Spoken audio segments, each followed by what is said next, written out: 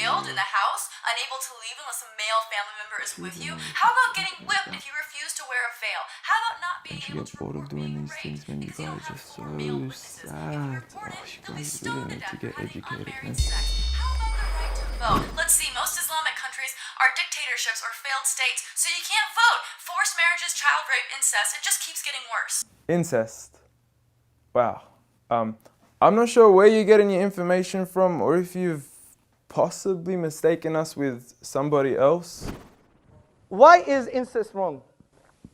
It's not clear to me that it's wrong. Okay. It's clear to me. There's an In all honesty, I'm not here to make a mockery out of you. I'm not here to criticize you. I'm not even here to question your intelligence. All I'm here to do is to give you advice.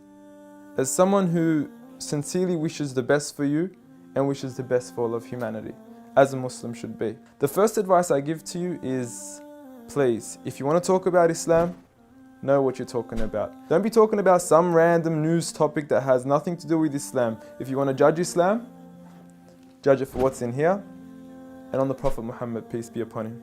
Speaking of the Prophet Muhammad, peace be upon him, I noticed your failed attempt at trying to draw him. I know it's worked for many others and it's made them really, really famous before, and I'm not sure if that's what you were trying to do, but please, give it up. I honestly want you to stop wasting your time and rather spend your time wisely in trying to find out who this man is. Find out what made this man the most influential man in the world. Find out what made this man one of the greatest lawgivers, the greatest lawgiver of all time. Find out what made this man the most perfect example to walk the earth.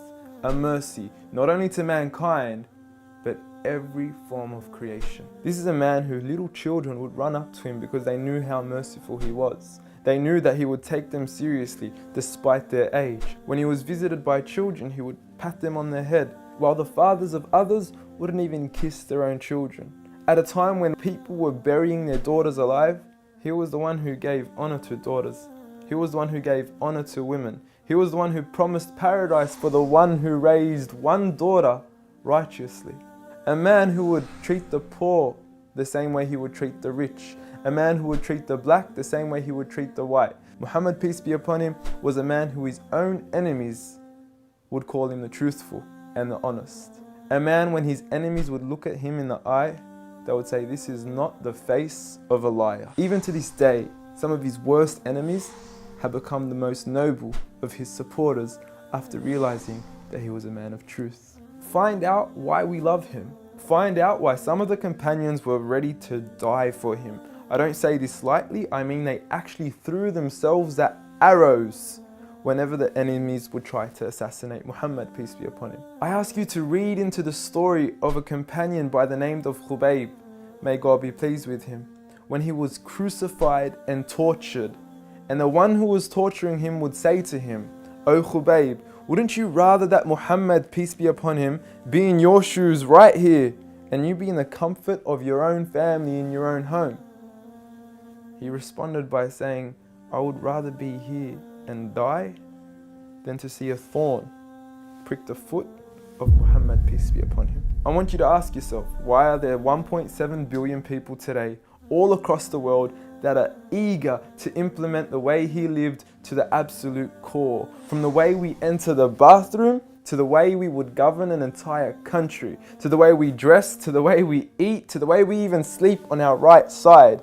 We follow him to the absolute core. So I suggest you stop wasting your time in attacking the man that you cannot faze at all. If God, the creator of the heavens and the earth and everything in between, the one and only, has honored him, who are we to even try to dishonor him? If you don't understand what I'm trying to say, let me give you a quick experiment. What I want you to do is to walk outside tonight. Look at the brightness of the moon and go ahead and spit at it.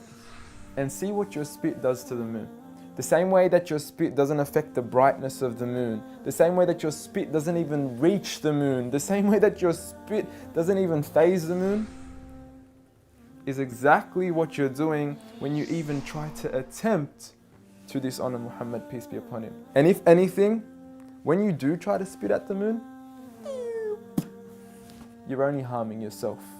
So please, stop what you're doing, stop wasting your time, and try to find out who he really was for your own benefit. Seek my advice. We want the best for you.